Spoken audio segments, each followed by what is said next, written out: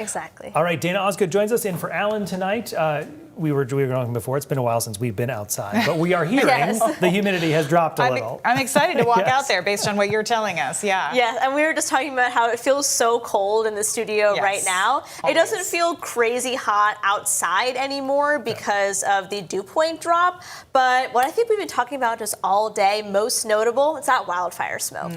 Wildfire smoke has been a huge part of yesterday's forecast and part of today as well. So you can see here on this satellite image what is the clouds and what is the smoke. And it all comes down to the colors there. So those bright white colors are the clouds and the tan and brown colors are the smoke. So at this point, I was just outside maybe 15 or so minutes ago, and a lot of the smoke in our area has started to dissipate. This plume of smoke in particular has started to move farther south. But there are a lot of active wildfires. So this map here picks up every wildfire that is currently lit across areas of Canada and the United States, but what we're focused on is this bunch of wildfires just north of Lake Superior in the Ontario province, and that is funneling that smoke right down into Maine.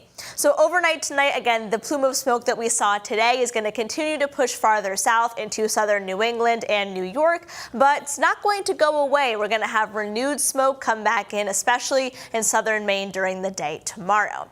Though our high temps across the state today, we did still get into the mid-80s, even got to 90 degrees for a high today in Portland. So in addition to that smoke, we were still able to get quite warm. It was also much more humid earlier in the day, but the dew point temperatures have become a lot more comfortable this afternoon.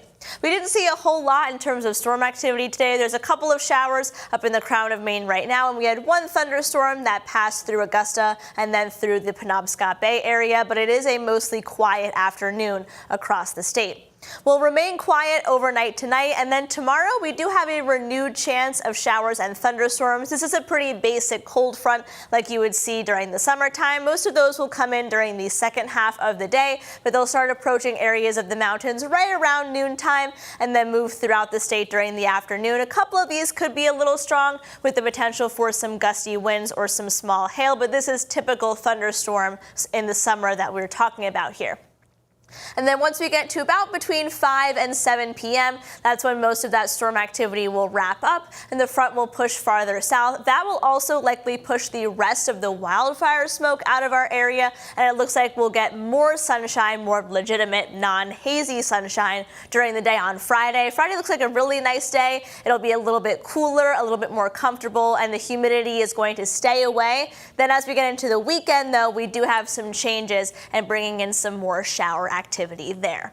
Marine forecast sees 2 to 3 feet. We'll have a west wind going into the day tomorrow. So I did mention the potential for some rain this weekend. It looks like it's going to be more shower activity, not so much storm activity. Right now, the timing of that looks more to be the evening on Saturday.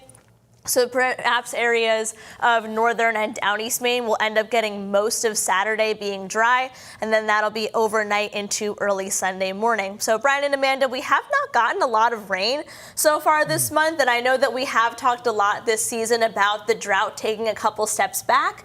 We do need to bring in some rain to make sure we don't go in that opposite direction now. We were so dry going into the season already. Okay, Dana, thanks so much.